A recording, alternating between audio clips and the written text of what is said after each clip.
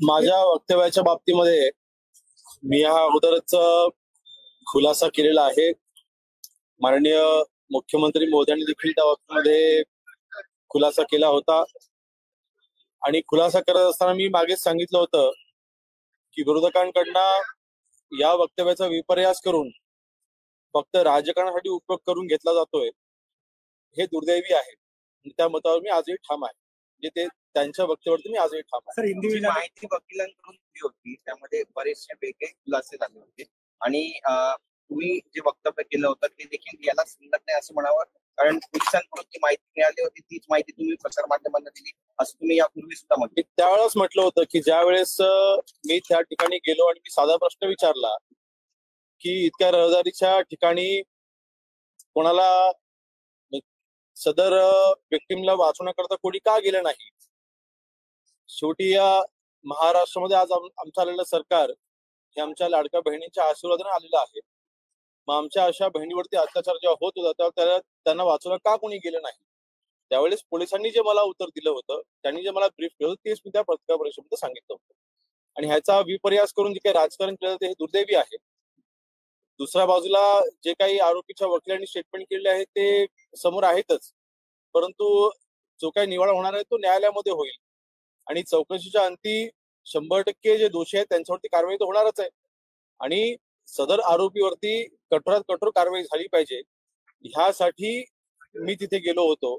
यासाठी यंत्रणा योग्य पद्धतीने काम करते की नाही त्यांच्यावरती तिथे अंकुश राहिला पाहिजे, ह्याकरता मी तिथे गेलो आणि आरोपीला वाचवण्याचा प्रश्नच उद्भवत नाही।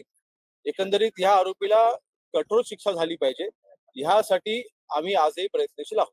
बलात्कार प्रकरणाचे जो आरोपी हा पोलिसांच्या वेशभूषेमध्ये, कंडक्टरच्या वेशभूषेमध्ये मुलींना फसवत होता, त्याचे फोटो देखील आले समोर। नाही, त्याचा संपूर्ण रेकॉर्ड काढण्याचं काम हे पहिल्या दिवसापासूनच आपण चालू केलं होतं आणि तेव्हाच उघड झालं होतं की त्याच्यावर याही अगोदर अनेक गुन्हे दाखल होते, चोरीचे असतील किंवा 420 सारखे गुन्हे त्याच्यावरती ग्रामीण भागामध्ये दाखल होते, शहरामध्ये गुन्हा दाखल होता आणि तो एक आरोपीच आहे। अशा पद्धतीच्या आरोपामध्ये तो पहिल्यांदा आहे, परंतु एक गुन्हेगार प्रवृत्तीची ती व्यक्ती आहे आणि अशा व्यक्तीला वाचवण्याचा प्रश्नच उद्भवत नाही। त्या व्यक्तीवरती कठोर कारवाई झाली पाहिजे, अशा बाबतीत यंत्रणा या गृह विभागाकडून तिथे उचलल्या जातील। बीडमध्ये अनेक व्हिडिओ आता समोर येतात, एका पाठोपाठ बातमी करण्यानंतर आणखीन काही गुंड जे आहेत ते समोर। सतीश भोसले या गुंडाचा व्हिडिओ व्हायरल झालेला आहे, एकाला अमानुष मारहाण जी आहे त्या व्यक्तीने केलेली आहे। सतीश, मी पुन्हा एकदा मी सांगेन, आपल्या पुरोगामी महाराष्ट्रामध्ये अशा पद्धतीच्या गुंडांना अजिबात स्थान नाही।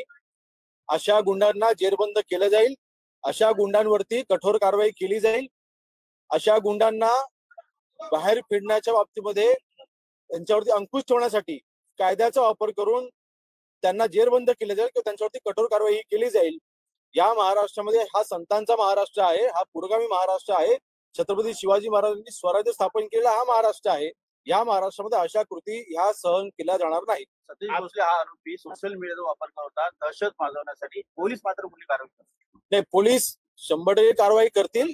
सोशल मीडियाच्या प्रत्येक ऍक्टिव्हिटीवरती आमची नजर असते, सोशल मीडियाच्या प्रत्येक ऍक्टिव्हिटीवरती आमचा कारवाई करण्याकरता आमचे स्पेशल युनिट्स आहेत, त्या युनिटच्या माध्यमातून त्याच्यावरती कारवाई केली जाते।